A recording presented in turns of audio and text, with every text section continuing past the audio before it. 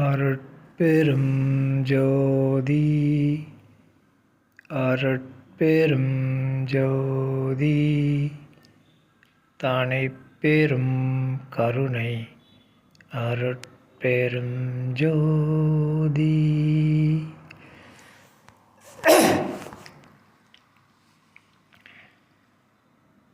இந்த பதிவு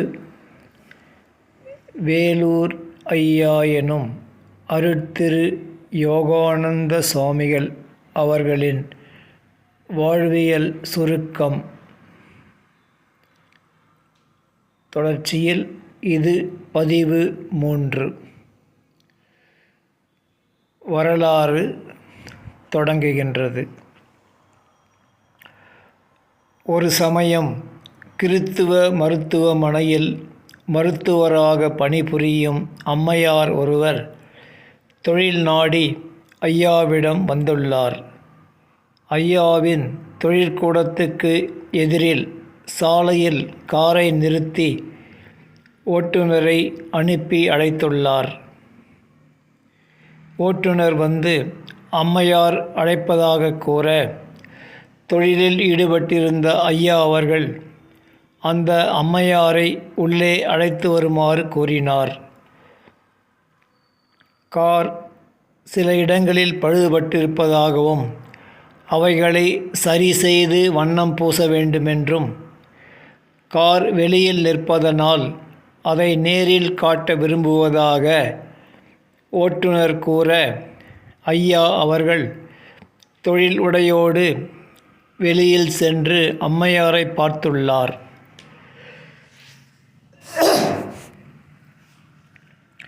காரை விட்டு இறங்கி காரின் பழுதுபட்ட இடங்களை தன் காலால் அந்த அம்மையார் ஐயாவிடம் காட்ட, அவர் ஆணவத்தை கண்ட ஐயா அவர்கள் ஏதும் பதில் கூறாது உள்ளே செல்ல அவர் மனம் எண்ணியது. ஆயினும் சகித்து கொண்டு அம்மையார் கேட்டவைகளுக்கு சில விளக்கங்களை தந்துள்ளார். ஒரு காலக்கெடுவுக்குள் வேலையை முடித்து கொடுக்குமாறு அந்த அம்மையார் அதிகார தோரணையோடு கேட்க, ஏற்கனவே எடுத்த வேலை ஒன்று நடந்து கொண்டிருந்ததாலும் அவரது ஆணவ போக்கை கண்ணுற்றமையாலும் ஐயா அவர்கள் மறுத்துவிட்டார். அந்த அம்மையார் தொழிலுடையோடு இருந்த ஐயாவின் புறத்தோற்றத்தை கண்டு அகத்தோற்றத்தை காணும் தகுதியின்மையால் அலட்சியமாக எண்ணி அவ்விதம் நடந்தார் போலும் அம்மையார் சென்றுவிட்டார். பல ஆண்டுகள் கடந்து ஓட்டுநர் ஒருவர் வந்து கார் ஒன்றை வெளியில் நிறுத்தியிருப்பதாகவும் அதை வந்து பார்க்குமாறும் வேண்டியுள்ளார். உரியவரை உள்ளே வரச் சொல்லென ஐயா கூற, அவர்கள் நடக்க முடியாது தள்ளு சக்கர வண்டியில் இருந்தபடி அவர் வேனில் உள்ளார், அதிலிருந்து இறங்க இயலாது என வேண்டி அழைக்க, ஐயா அவர்கள் சென்று பார்த்துள்ளார். பல ஆண்டுகளுக்கு முன்பு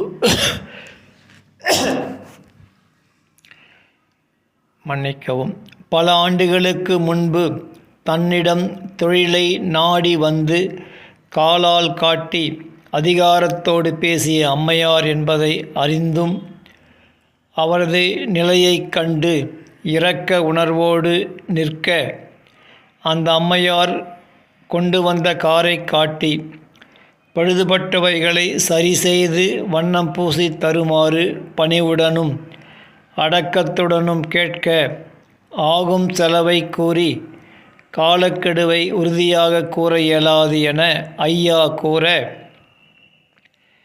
ஐயாவை பற்றி அறிந்திருந்ததால் அம்மையார் தங்கள் சௌகரியம் போல செய்து கொடுங்கள் என நயத்தோடு கூறியுள்ளார்.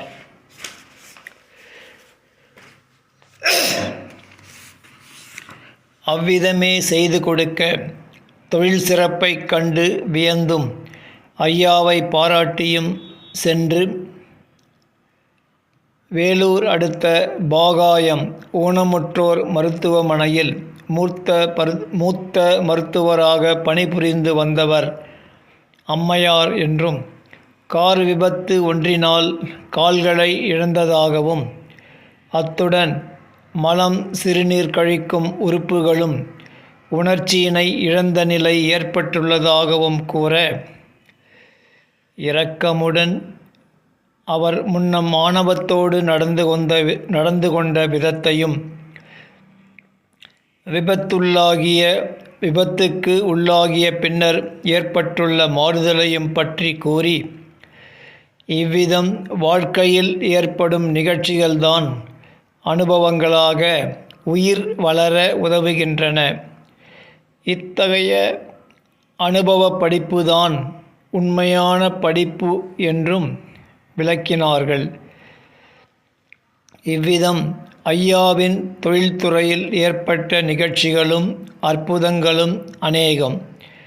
அவைகள் ஒவ்வொன்றினையும் கூறப்புகின் நீண்டு கொண்டே செல்லும் என்பதனாலும், ஐயாவின் இலட்சிய வடிவினையும் அனுபவப் பேற்றையும் அறிந்து கொள்வதே இவ்வரலாற்றின் நோக்கம் என்பதாலும் இந்நிகழ்ச்சிகள் இத்துடன் முடிகின்றன.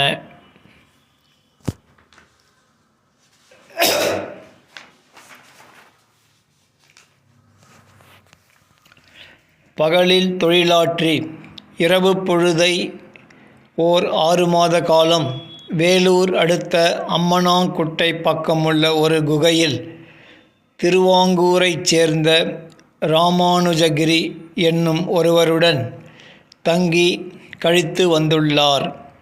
வடக்கே இமயமலைச்சாரல் மற்றும் பல இடங்களில் தங்கி சுற்றி வந்துள்ளவர்.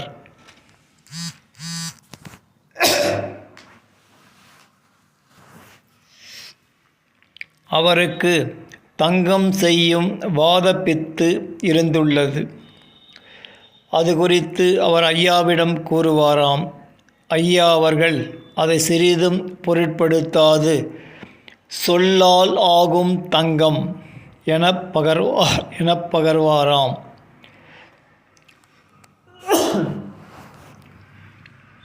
வாத வேலைக்கு ஐயா உடன்பாடாக இல்லாததால் இரவில் ஐயா வந்து தங்குவதை விரும்பாத அவர் அதை குறிப்பால் உணர்த்தும் பொருட்டு தவத்துக்கு ஒருவர் என ஐயாவிடம் கூறியுள்ளார்.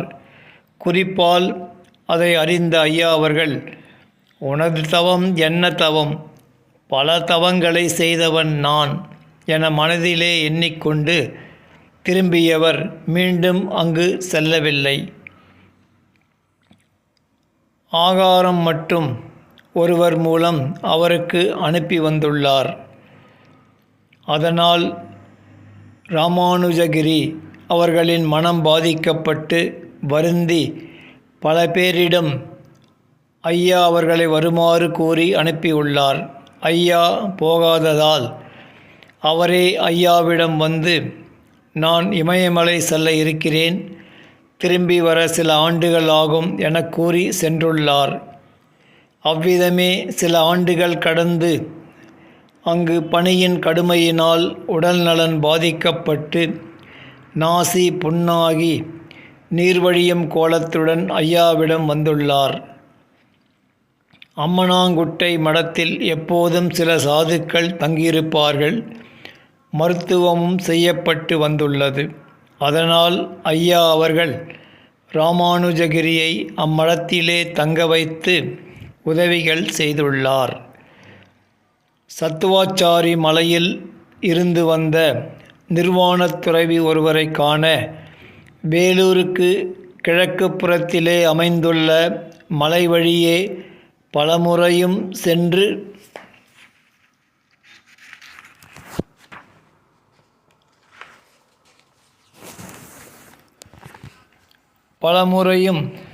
வந்துள்ளார்.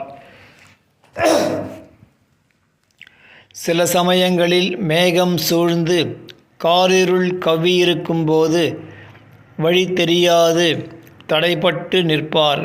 அந்த மலைப்பகுதியில் அப்போது சிறுத்தை, நரி, கழுதை குரத்தி போன்ற கொடிய விலங்குகளும் மலைப்பாம்பு மற்றும் நச்சு பாம்புகளும் பூச்சிகளும் வாசம் செய்து வந்துள்ளன. இத்தகைய பயங்கரமான சூழலில் காரிருளில் நீ ஏன் அலைகிறாய், எதை தேடுகிறாய் என தன் மனதையே தான் கேட்பாராம். மற்ற உலகமாந்தரைப் போல உலக போகத்திலே மயங்கி கிடக்காமல் மெய்ப்பொருளை தேடுகிறேன் என மனம் விடை கூற, தேடு தேடு நன்றாகத் தேடு எனக் கூறி அமைதி பெறுவாராம். அந்த நிர்வாணத் துறவியார் ஐயாவை பார்த்து, இந்த அகால வேளையிலே ஏன் இப்படி வருகிறீர், இங்கே என்ன இருக்கிறது, ஒன்றும் இல்லை என்பாராம். ஒன்றும் இல்லாதபோது நீர் ஏன் இங்கு அமர்ந்திருக்கின்றீர், ஆடை உடுத்தி வெளியே வாரும் என அஞ்சாது பதில் கூறியுள்ளார். ஒரு சமயம் இருவருக்கும் வாக்குவாதம் மேலிட்டு ஐயாவை இனி நீர் இங்கு வரக்கூடாது என கடிந்துரைத்ததால் ஐயா அங்கு செல்வதை நிறுத்தியுள்ளார். இவ்விதம் சில ஆண்டுகள் கழிந்துள்ளன.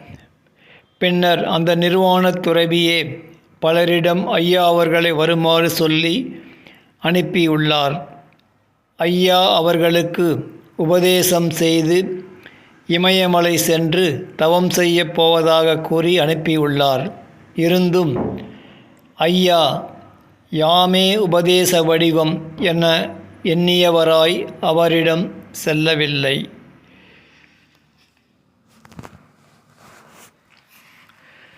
வேலூரில் அமிர்தலிங்கசாமி மடம் தெருவில் வேத பாடசாலை ஒன்று இருந்தது. அது தற்போது ராமகிருஷ்ணா பாடசாலையாக மாறியுள்ளது. அதன் மாடியில் பொந்திலி இனத்தைச் சேர்ந்த துறவி ஒருவர் தங்கியிருந்தார். அவர் வடக்கே காஷ்மீர் மலைப்பகுதியில் 40 ஆண்டுகள் தங்கி இருந்தவர். வயது முதிர்ந்தவர், கம்பீரமான தோற்றம் உடையவர், தங்கம் செய்யும் நாட்டம் உள்ளவர். அடிக்கடி ஏதோ புடம் வைப்பாராம். அவரோடு ஐயா சிற்சில காலம் தங்கியிருந்துள்ளார்.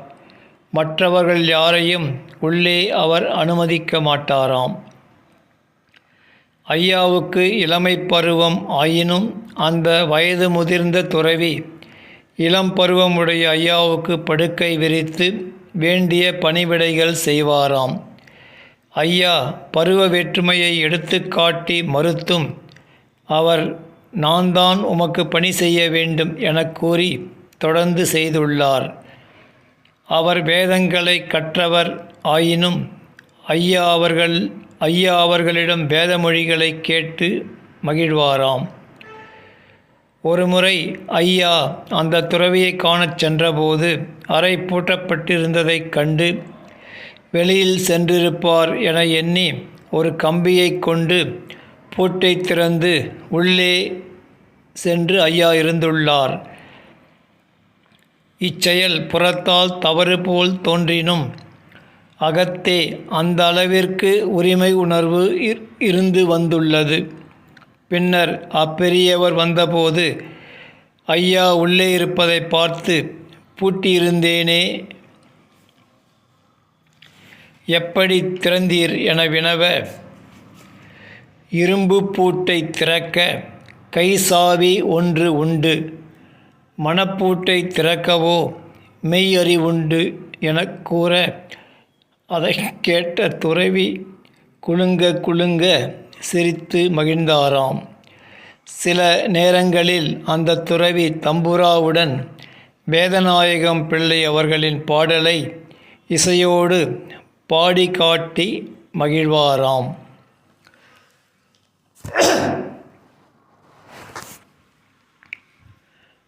ஐயா அவர்கள் தொழிலில்லாத காலங்களில் யாருடனும் சேர்ந்து பொழுதினை கழிக்காமல் தனித்து வேலூரை அடுத்த பகவதி மலைக்கு சென்று இரவு திரும்புவார். பல நாள் பகல் ஒருவேளை மட்டும் தேங்காயுடன் சிறிது வெல்லம் அல்லது வாழைப்பழம் கருணையை சுட்டும் உண்டு வந்திருக்கிறார். ஒரு சமயம் ஐயா அவர்கள் மற்றொருவரிடமிருந்து தனக்கு வரவேண்டிய பணத்தை 2 நாட்களில் அவர் கொடுத்து விடுவதாக வாக்குறுதி தந்ததை நம்பி தான் வேறொருவருக்கு தரவேண்டிய பணத்தை 2 நாள் கழித்து கொடுத்து விடுவதாக வாக்களித்துள்ளார். ஆயினும் ஐயாவிற்கு வாக்குறுதி கொடுத்தவர் அதை நிறைவேற்றவில்லை. அதனால் தான் கொடுத்த வாக்குறுதியை எவ்விதம் நிறைவேற்றுவது என்னும் கலக்கம் ஐயாவுக்கு ஏற்பட்டுள்ளது.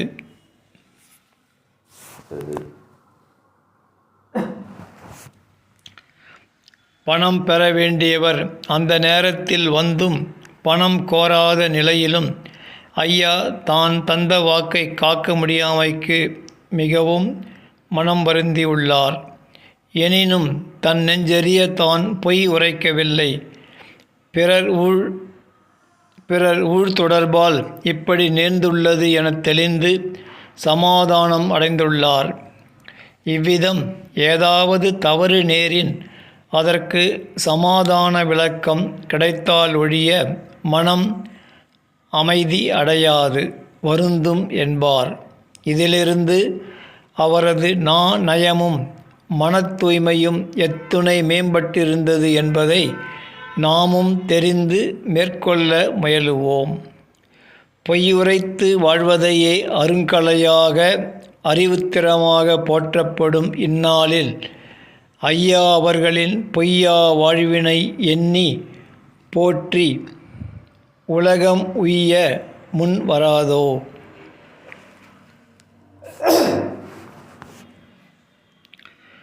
ஒரு நாள் இரவு ஐயா தங்கியிருக்கும் அறைக்கு அறிமுகமான ஆச்சாரி ஒருவர் ஆரணியிலிருந்து வந்துள்ளார்.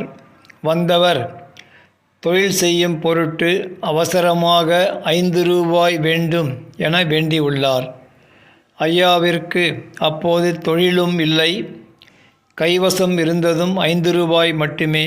இந்த உண்மையை எடுத்துரைத்தும் விடிந்தால் காலை உணவிற்கும் வேறு பணம் இல்லை என உரைத்தும் வந்தவர் தொடர்ந்து வேண்ட ஐயா அவர்கள் தனக்குள்ளே எண்ணியுள்ளார்.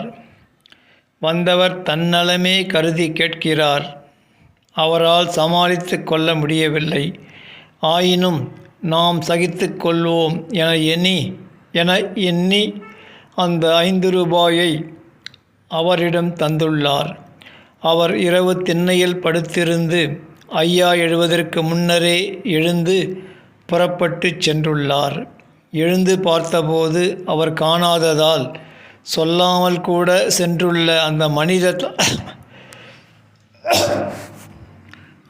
மனித தரத்தை எண்ணி வருந்தியுள்ளார்.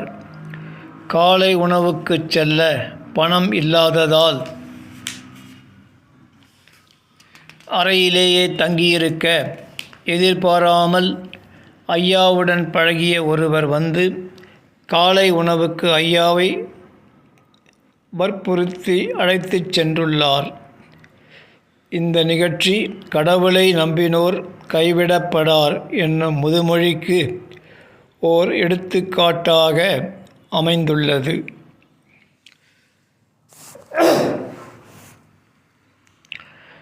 ஒரு நாள் விரக்தி உணர்வு மேலோங்க தனது விலை உயர்ந்த உடைமைகளையெல்லாம் அறையிலேயே விட்டுவிட்டு துறவியாக வாழ மகாதேவ மலைக்கு புறப்பட்டார். அங்கு அரிரிஷி என்பவர் மகாதேவ மலைக்கு வருவதற்கு முன்பு அணைக்கட்டு மலைக்குகையில் இருந்தவர். ஐயா அவருடன் ஓரிரவு தங்கியிருந்துள்ளார். ஏற்கனவே அறிமுகமான அவருடன் தங்கி துறவு வாழ்வை மேற்கொள்ள எண்ணியே அங்கு சென்றார். ஆயினும் மலைக்கு செல்லும் வழியிலேயே வேறு ஒரு துறவிக்கும் ஐயாவுக்கும் யோக வாழ்க்கை குறித்து வாதம் ஏற்பட்டுள்ளது. அந்த வாதத்தினால் அந்த வாழ்க்கை ஐயாவுக்கு ஏற்புடையதாக புலப்படவில்லை. எனினும் சில நாட்கள் அரிரிஷி என்பவருடன் தங்கியிருந்தும் அது நீடிக்கவில்லை. வேடம் பூண்டவர்கள் துறவு வேடம் பூண்டவர்கள் துறவு ஊழால் அமைந்தது. ஐயா அவர்களோ உணர்வால் விளக்கத்தால் துறவு மேற்கொண்டவர். பிறர் கையை எதிர்நோக்கி வாழ்வதை இழுக்கு என்றும், உழைத்தும் பிறருக்கு கொடுத்தும் வாழ்வதே வாழ்வாகும் என்றும், அதுவே கடவுள் சம்மதம் என்றும் உணர்ந்து மீண்டும் உழைத்து வாழ விரும்பி பழைய தம்மிடத்திற்கு திரும்பி வந்துள்ளார். எனினும் உடன் தொழிலமையப் பெறாததினால் பிறந்த ஊர் ராஜமன்னார் கோயில் சென்று வர புறப்பட்டார்.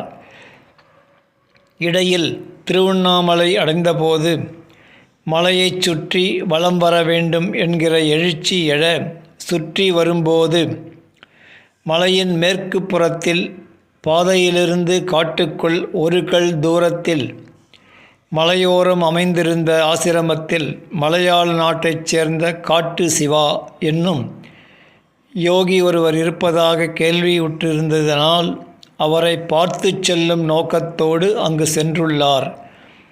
அந்த நேரம் அந்தி நேரம், மனமும் சோர்ந்து உடலும் சோர்ந்து மிகுந்த களைப்புடன் வந்த ஐயாவை நோக்கி அங்கு மேடையின் மீது அமர்ந்திருந்த அந்த யோகி வாயினால் பேசாது கை ஜாடையில் எங்கு வந்தாய் என கேட்க, பார்க்க வந்தேன் என ஐயா கூற, பார்த்துவிட்டாய் அல்லவா, சரி போ என கையால் ஜாடை காட்டியுள்ளார். வந்த நேரத்தையும் இருந்த நிலையையும் கண்டும் ஒரு சிறிதும் இரக்கம் இன்றி இரக்கத்தன்மையோடு நடந்து கொண்ட அந்த நிகழ்ச்சியை எண்ணி, இரக்கத்தை வளர்த்து கொள்ளாத இவரெல்லாம் ஒரு யோகியா என சிந்தித்தவாறே திரும்பி மலைவலம் வந்து கோயிலுள் சென்று தரிசித்து சிறிது நேரம் தங்கி பின் பயணம் மேற்கொண்டார். ராஜமன்னார் கோயில் சென்று சில காலம் தங்கியிருந்து மீண்டும் வேலூர் வந்தடைந்தார். அந்த யோகி காட்டு சிவா வேலூரில் உள்ள எல்ஆர்கே லட்சுமி பீடி தொழிற்சாலையின் உரிமையாளர் லட்சுமண முதலியாருக்கு நன்கு தெரிந்தவர்.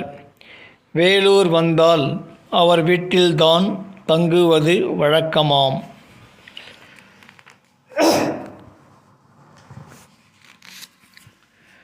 மீண்டும் ஒருமுறை தம் தாயாரை பார்க்க ஊருக்குச் சென்றபோது வண்டி மாறிச் செல்ல கும்பகோணம் ரயில் நிலையத்தில் இறங்கிய போது காலை நேரம் ரயில் ஸ்ட்ரைக். அப்போது கடும் கோடை காலம். தம் ஊருக்கு புறப்பட்ட பஸ்ஸில் கூட்டம் மிகுந்திருந்ததால் டிக்கெட் பெற முடியாமல் நின்றுவிட்டார்.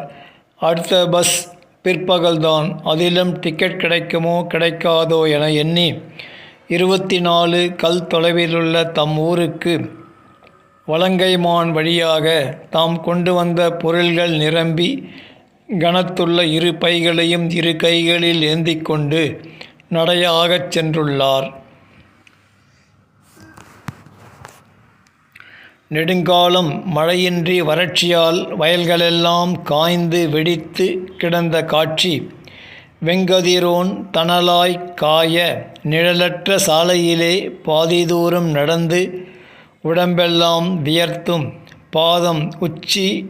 பாதம் முதல் உச்சி வரை வெப்பத்தால் எரிய சோர்ந்தும் மேலும் அடியெடுத்து வைக்க முடியாத நிலையில் பாதம் கொப்பளித்திருக்க பாதையோரம் பழைய ஒரு மண்டபம் கண்டு தங்கி மனம் மிக வருந்தியுள்ளார். சற்று நேரத்திற்கெல்லாம் காற்று வீச கருமேகங்கள் சூழ்ந்து 2 மணி நேரம் பெருமழை கொட்டியது. காய்ந்து வெடித்து கிடந்த வயல்களெல்லாம் நீர் நிறைந்து குளங்கள் போல தோற்றமளிக்கும் காட்சி. இயற்கையின் மாறுபட்ட இருவகை காட்சிகளையும் உடனுக்குடன் ஒரு சேரக் கண்டு வியந்து போனார்கள். உடம்பின் எரிச்சலும் சோர்வும் இருந்த இடம் தெரியாமல் அகல, உடம்பெல்லாம் குளிர்ந்து தெம்பூர இறைவனின் பெரும் கருணையை நினைந்து போற்றி நடை தொடர்ந்து ஊர் சென்றடைந்தார். மழை பெய்யாது இருந்திருந்தால் தொடர்ந்து நடந்து ஊர் சென்றிருக்க முடியாது. ஐயா அவர்களின் இளமை காலத்தில் ஊரில் அவருடன் நெருங்கி பழகியவர்கள் சிலர். அவர்களில் நாராயணன் என்பவரை ஓர் ஆங்கில அகராதி என்பார் ஐயா. புதிய புதிய ஆங்கிலச் சொற்களை உபயோகித்து சரளமாக பேசக்கூடியவர். சிவப்பிரகாசம் என்பவர் அஞ்சல் துறையிலே பணியாற்றியவர். கந்தர்வக்கோட்டை தருமலிங்கம் இளைஞர் காங்கிரஸ் மன்றத் தலைவர். மேடை பேச்சாளர். ஜோதிட சாத்திரம் அறிந்தவர். திருஞானம் என்பவரும் ஜோதிடம் கற்றவர். நாபலிதம் படைத்தவர்.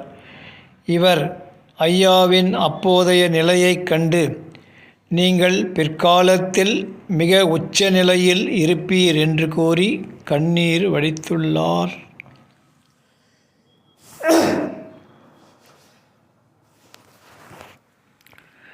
ஐயாவின் இளமை பருவ நண்பர்களில் சண்முக சுந்தரம் என்பவர் ஒருவர். அவர் ரயில்வே ஸ்டேஷன் மாஸ்டராக பணியாற்றி வந்தவர். அவரது திருமணத்திற்கு ஐயாவை வருமாறு வேண்டியுள்ளார். உலகாயுதம் சம்பந்தப்பட்ட அலுவல்கள் எதற்குமே கலந்து கொள்ளாத ஐயா அவர்கள் அத்திருமணத்திலும் கலந்து கொள்ளவில்லை. மணமகனோ மணப்பந்தலில் ஐயாவைத்தான் தேடியுள்ளார். காணாது வருந்தியுள்ளார். பின்னர் ஐயாவை சொந்த ஊரில் சந்தித்தபோது மன நிகழ்ச்சியில் கலந்து கொள்ளாதது குறித்து சொல்லி வருந்தியுள்ளார். நான் தஞ்சைக்கு அவர் வீட்டுக்கு வருகிறேன் என ஐயா கூறியுள்ளார். ஐயாவுடன் நண்பர்கள் திருஞானம் இன்னும் சிலர் தஞ்சைக்கு சென்றுள்ளனர். இரவு உணவுக்கு வருமாறு வேண்டியுள்ளார். அதற்கு உடன்பட்டு திரும்பி வந்து ஓரிடத்தில் அமர்ந்து வேறு நண்பர்கள் சிலருடன் உரையாடி கொண்டிருந்துள்ளார். இரவு உணவு நேரம் வந்தும் அவர்கள் உரையாடல் தொடர்ந்து கொண்டே இருக்க ஐயா நினைவூட்டியும் அவர்கள் உரையாடலை நிறுத்தவில்லை. சண்முகசுந்தரம் குடியிருந்த வீட்டுக்கு செல்லும் வழி திருஞானம் என்பவருக்கு நன்கு பழகிய வழி. ஐயாவுக்கு அத்துணை பழக்கம் இல்லை. எனினும் காலம் கடந்து செல்லவே இளம் தம்பதியர் நமக்காக காத்திருப்பார்கள் என எண்ணி ஐயா துணிந்து தனியாக நினைவில் இருந்த சில அடையாளங்களை கொண்டு நடந்து அந்த வீடு அடைந்துள்ளார். ஐயா எண்ணியவாறே அவர்கள் காத்திருந்துள்ளனர். மற்ற நண்பர்கள் வராதது குறித்து விளக்கம் கூற ஐயா அவரை அமரச் செய்து தானே உணவு பரிமாறியுள்ளார்.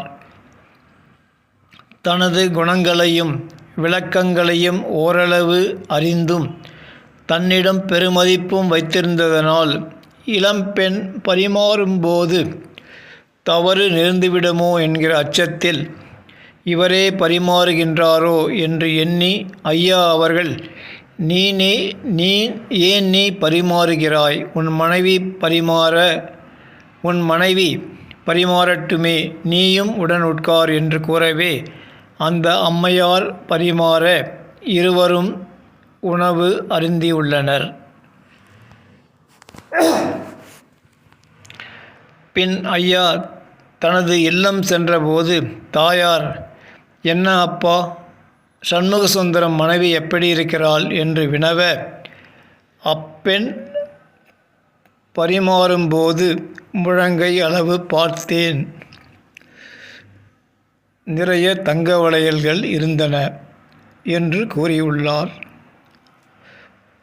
தாயார், இப்படியும் ஒரு பிள்ளை இக்காலத்தில் இருக்கின்றாய் என்று கூறி நகைத்துள்ளார். ஐயாவின் இந்த செயல் பண்டைய தமிழர் பண்பாடு குறித்து புறநானூற்று பாடல் ஒன்றில் குறித்துள்ள நிகழ்ச்சிக்கு சான்றாக அமைந்துள்ளது. திருமணத்திற்கு பெற்றோர் உடன்படாததால் தன் காதலனுடன் வெளியேறி விடுகிறாள் ஒரு நங்கை. பெண் காணப்படாததினால் தாய் தந்தையர் அவள் காதலனுடன் வெளியேறியிருப்பாள் எனக் கருதி தேடி செல்லுகின்றனர். வழியில் கணவன் மனைவி இருவர் வந்து கொண்டிருந்தனர். அவர்களை இவர்கள் தங்கள் பெண்ணின் தோற்ற அடையாளங்களையும் அவள் காதலனின் அடையாளங்களையும் சொல்லி, இத்தகைய அடையாளங்கள் உடைய இருவர் இவ்வழியே செல்வதை நீங்கள் பார்த்தீர்களா என வினவ, வந்தவர்களில் ஆண்மகன், நீங்கள் கூறும் அடையாள தோற்றமுடைய ஆண்மகன் ஒருவன் செல்வதை பார்த்தேன். அவன் அருகில் பெண் ஒருத்தியும் சென்று கொண்டிருந்தாள். அவரது அடையாளங்களை எனது மனைவியை கேளுங்கள் என கூறியுள்ளான். அவளும் அந்த பெண்ணின் அடையாளங்களை கூற, தன் மகள்தான் தன் காதலனுடன் செல்கின்றாள் என்பதை உறுதி செய்து கொண்டனர் என்பது அப்பாடலின் கருத்து. பிறர் மனை நோக்கா பேராண்மை என்னும் வள்ளுவப் பெருமான் வாக்கு இங்கு நினைவு கூறத்தக்கது. ஐயா அவர்கள் பிறந்த ஊர் சென்று அங்கு தங்கியிருக்கும் காலங்களில் பழகியவர்கள், தெரிந்தவர்கள் எல்லாரும்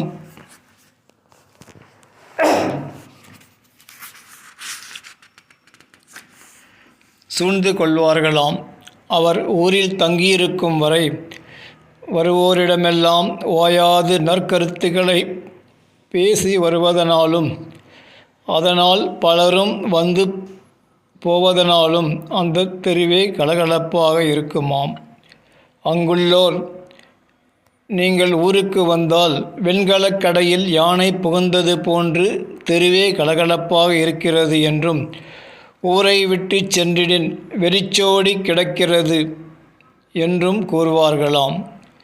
ஐயா ஊரில் இருந்த காலை ஃபின்லே உயர்நிலைப் பள்ளியில் படிக்கும் மாணவர் சிவப்பிரகாசம் ஐயாவிடம், ஐயா, நான் பள்ளியில் அடக்குமுறை என்கிற பொருள் பற்றி பேச வேண்டுமென பணித்துள்ளனர். மற்றொரு பார்ப்பன மாணவனுக்கு அகிம்சையை பற்றி பேச பணித்துள்ளனர்.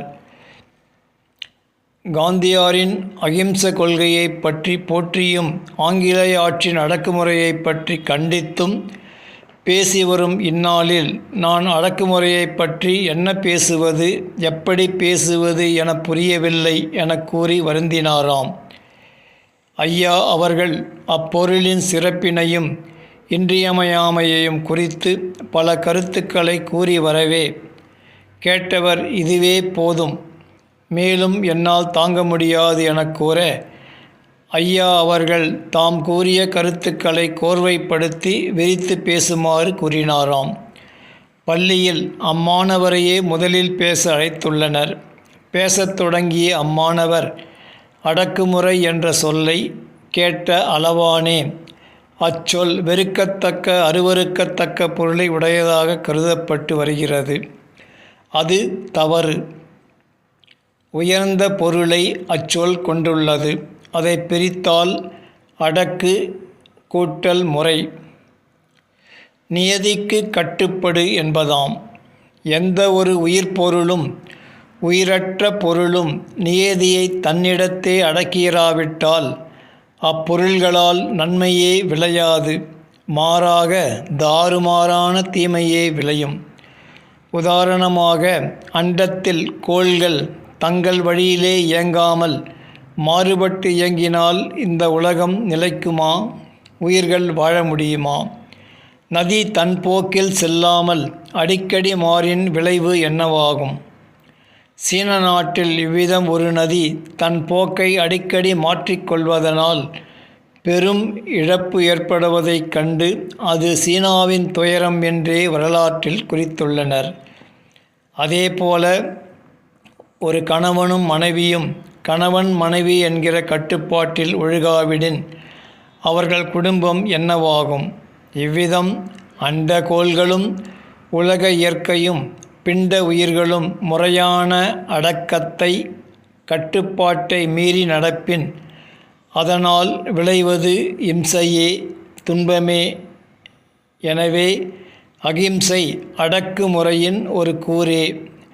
அடக்குமுறை இல்லாவிடத்து அகிம்சை இல்லை. இன்னும் ஐயா கூறிய கருத்துக்களையும் விளக்கி பேசியுள்ளார். பின்னர் அகிம்சையைப் பற்றி பேச வந்த மாணவர் ஓரிரு சொற்களை கூறி மேற்கொண்டு பேச முடியாமல் நிறுத்திவிட்டாராம். ஏனெனில் அகிம்சையைப் பற்றி பேச வேண்டிய கருத்துக்கள் யாவும் அடக்குமுறையில் உள்ளடக்கி கூறப்பட்டதனால் அடக்குமுறையை பற்றி பேசியவருக்கே மிக்க பாராட்டு கிடைத்ததாம். ஐயா கூறியவைகளில் எடுத்துக்காட்டாக ஒரு சில கூறி விரிவஞ்சி மற்றவை விடப்பட்டன. மற்றுமோர் சமயம் முதல்வர் தலைமையில் ஆண் பெண் சமத்துவம் இன்மை என்பன குறித்து அண்ணாமலை பல்கலைக்கழகத்தில் பேச்சு போட்டி நடந்துள்ளது.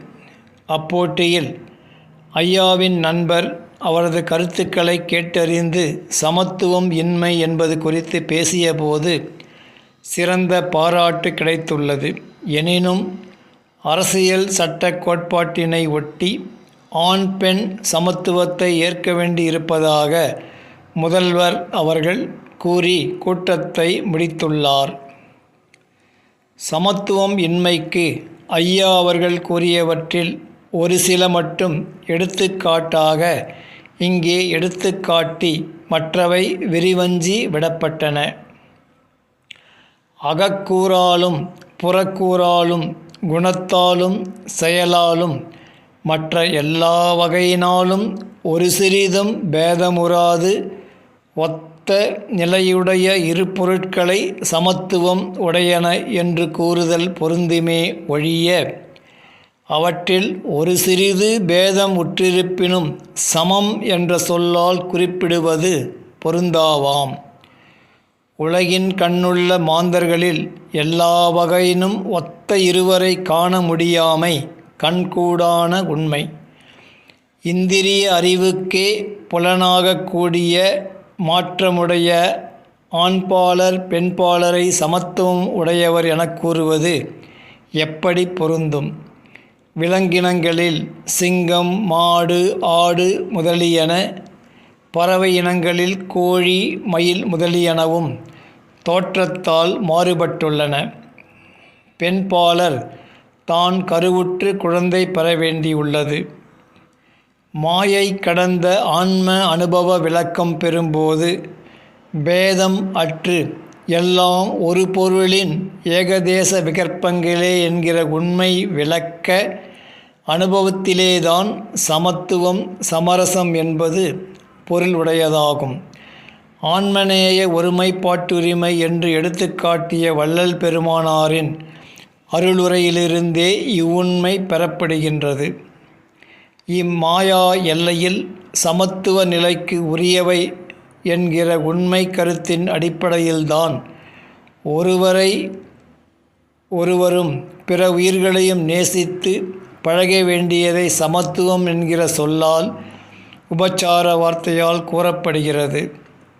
இந்த அடிப்படை உண்மையை எடுத்து காட்டாதும் மறந்தும் சமத்துவம் என்கிற சொல் தகாத இடங்களிலெல்லாம் கையாளப்படுவதன் காரணமாகத்தான் தகுதி அறிந்து அடங்கி ஒழுகும் பண்பு அருகி ஆணவம் மேலோங்கி ஒருவரை ஒருவர் மதியாது ஒழுகும் இழிநிலை பெருகி வருகிறது.